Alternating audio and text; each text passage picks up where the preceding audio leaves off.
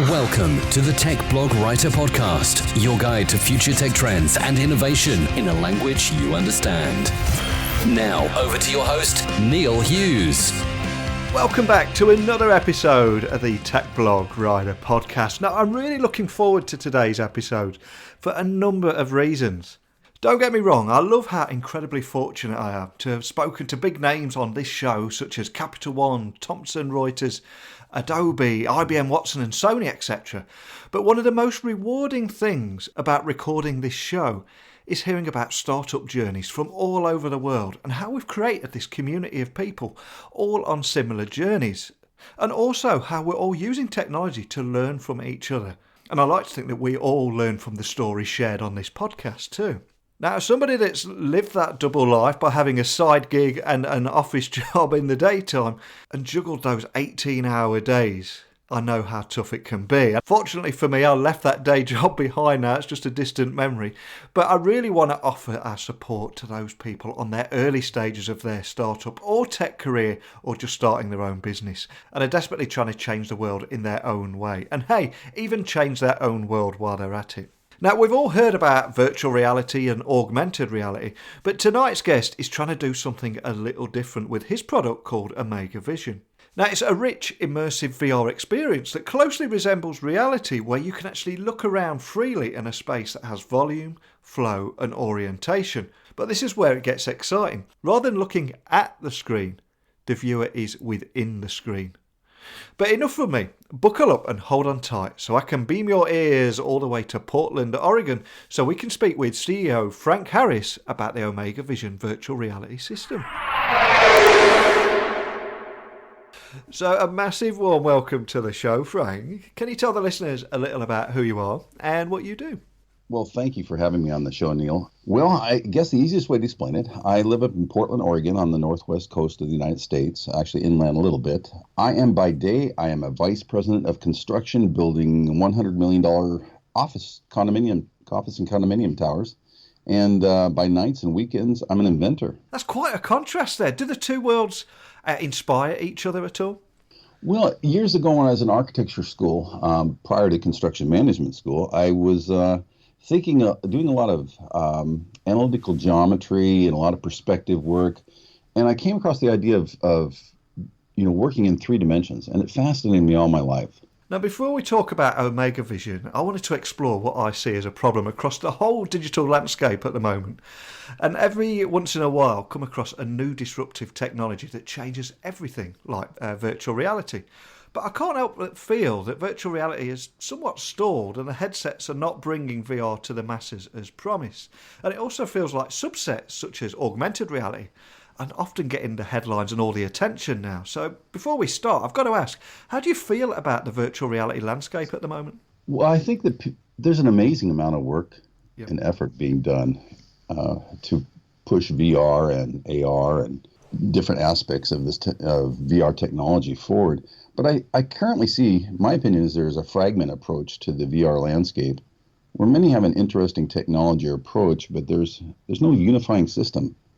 I find myself having discussions with people across the internet who think, unless it's stereoscopic, otherwise known as 3D, it's not VR. And other people I talk to think that if it's not interactive, if you can't move around at will within the environment, that's not VR. So we're still in the process of analyzing and defining what VR is to everybody. And we need a system that we can store and display imaging formats across the entire spectrum of technology and multiple hardware platforms. Now, I think we all know about VR and strapping on a headset, but what really caught my attention with what you're doing at Omegavision is that you're trying to do something a little bit different. So can you help set the scene and help listeners visualise exactly what Omegavision is and how you're doing things differently with your own patented game-changing VR technology? Well, Neil, I have a working prototype, and I have some 5 patents, actually 6 patents, 3 of them in the works. And what this is a VR system. It's not just components. It's a system of gathering images with the use of a lens all the way around you, 360 degrees horizontally by 240 degrees vertically, and then displaying those on a screen that surrounds the viewer with the same field of view. So if the viewer imagines himself standing up or sitting down, but standing up, with their arms 30 degrees from the horizon or their eye level, and holding a hula hoop around them at a horizontal plane. And everything above that hula hoop, above them, around them, behind them, is in that field of view, continuous, no stitching, and you're there. That's the technology. It immerses the viewer. Instead of looking at the screen, you're inside the screen. Now, I love the idea that Omegavision is a VR system that also allows you to work within the environment, sitting at your desktop or even standing. But can you offer a few use cases just to help people listening understand how they can enjoy, whether it be immersive photography, CGI, and an immersive Windows environment, all within the same platform? Well, Neil, the geometry of the lens and the screen allow for the photographic images to be directly transmitted. You download them to computer and upload them to the screen, and there's no manipulation at all. And then CGI images, I've written algorithms that take XYZ coordinates and plot them to the screen that I have as well. And so they're overlaying on the same geometry. So if you have a CGI environment and you have a view from that location that you're viewing from photographically, you could cut and paste one into the other. The third component you spoke about is the Windows environment. One of the shortcomings I see with wearing a headset is that you aren't interacting. It's difficult to eat. You can't have a piece of paper that you're making notes on while you're working on a spreadsheet or a document on the screen. Well, this overcomes that because you're free to look around without hindrance. You don't have anything strapped to your hands. You don't have anything strapped to your head. And you can look around, and it's kind of like Minority Report, where you can basically tap on an icon, it opens up, and you can move a window, anywhere on the screen around you, above you, stretch it out, make it bigger. So it really it changes VR from a very amazing experience to that plus a working tool that we all know and learn to love, hate, which is our computer screen. Fantastic. Sounds incredibly cool. I mean, the system boasted the immersive lens design, which we've touched upon there, but can you tell me a little bit more about the tech spec behind the system that makes it all possible too? So to answer your question, the lens divides up the field of view into equal segments and captures them on the imaging surface. And that's what you're capturing. And then it displays those in the same field of view with an equal density of image. So I guess the best way to explain this is that if you're inside the screen, you imagine pixels on the screen. So if you're looking straight up, that pixel is going to be circular on the screen itself. But when you start cascading down the side of the screen, it falls away from you. The pixels elongate on the screen, but since you're looking at them from inside, it foreshortens the exact same amount, and those circles appear to the viewer to be circular everywhere on the screen. So that you have an equal density and field of view everywhere on the screen, and there's no twisting or distortion. Now, you mentioned early on in the show there that you kind of frequent two worlds where obviously a construction by day and inventor by night. But can you tell me a little bit more about your story and how you got involved with this technology? Well, it's I guess it would start when I'm a child and watching television and seeing Star Trek. And they go into the holodeck, and I said, wow, that's an interesting concept. And then later on, like I said, when I was in architecture school, I started working with forced perspectives and three-dimensional geometry and came up with the idea, but the technology wasn't available. We didn't even have computers in the 80s, personal computers. So, when I saw, when I was buying a construction camera to document construction activities, years ago, I saw it was digital, and I went, wow, that's a change. I went to the movie theater, and I saw that they were using digital projectors, and I said, well, that's interesting. And something clicked, and I said, I can make a virtual environment. I can capture digitally and display digitally. I should work on this. So many years later, I came up with the system and worked it. It took me 3 years to come up with the lens design itself of calculations and drawings. So, but it's an amazing system. You get inside it, and even though the prototype is a little bit fuzzy, the resolution's not quite there yet, but it's a proof of concept, prototype. But you get inside the screen, And all of a sudden the screen disappears and you find yourself in the environment, and it rocks you the first time it happens. It's really fun. Cool. Now, what's your biggest challenges that you've experienced along the way trying to bring this product to life? And also, what opportunities do you see with it on the horizon? Well, the biggest challenge, I believe, two challenges. One, Neil, is time. I'm a professional. I work many, many hours every week, and I have a lot of responsibility, and that's good. It's allowed me to, raise my family and educate my children. Hopefully they educated themselves too.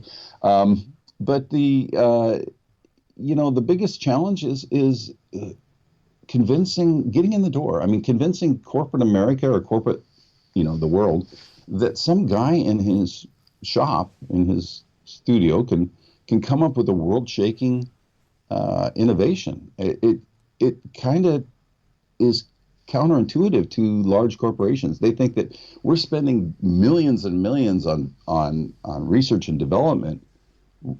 If this was possible, they would have come up with it. And that's kind of a strange attitude. I find that with the internet comes this kind of shielding from access, that people have such easy access potentially that they have to shield themselves from that access, and it makes it difficult to pierce the corporate veil to have legitimate conversations with people about the innovation. However, Neil, in the future here, I am talking to some major players and getting some very good interest, and I think that podcasts like this will get the exposure, and listeners like yours, if they put the word out and demand that this innovation gets to market, it'll get to market. I have little doubt. Absolutely. Have you ever considered anything like Kickstarter or Indiegogo, or would you sooner just keep it in-house? I guess that's another challenge of mine, is I'm not a marketing person. I did go to Kickstarter. Yeah. It was a little bit more rudimentary at that point in time when I went, but the price point was, I think, $3,500 to get it going on Kickstarter. And that was to get enough momentum to actually bring it to market. Not a lot of interest at that price point, at that interest. I'm not a marketing person, so I don't know if it ever made a blip on the screen of most technological innovation people. That's so yeah, that's probably a shortcoming, is my lack of marketing ability.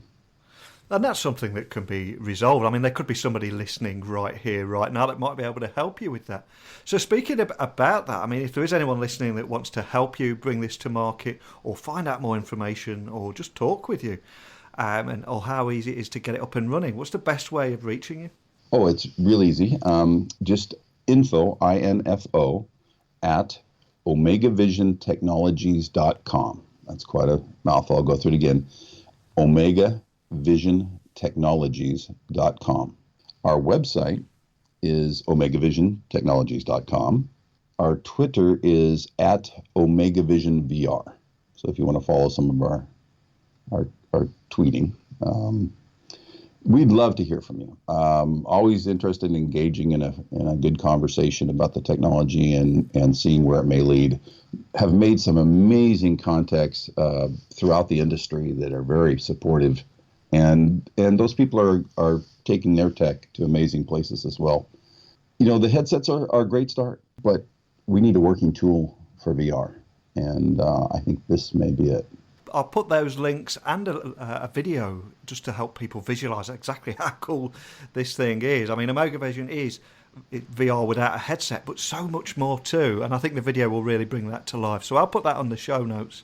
I wish you the best for the future. I'd love to stay in touch with you, and let's get you back on in 6 months and see how this project is going. And I think you've got something incredibly exciting on your hands here. So a big thank you for coming on today. Well, thank you, Neil. I really appreciate the opportunity, and I want your listeners to push this technology. Let's get this going. It's a lot of fun. I can't wait till you experience it. What a great story there. And a big thank you to Frank for talking to me. He got up at 6:30 a.m. in the morning to speak with me. So kudos to Frank. But as someone that has lived that double life, I champion Frank for putting the hours in. I mean, it's those hours of love, that blood, sweat and tears, and creating something, and the grind. That's where the magic happens. So I want to stay in touch with Frank and follow his progress. But if any of you listening want to offer him a little help, words of wisdom, or just say hello, please check out the show notes and reach out to him directly. Hi, Neil. How are you today? Hello, Davey Lee. Now, as most of you know, there is a blog post for each podcast episode over at techblogwriter.co.uk/podcast, where you can see all the guests.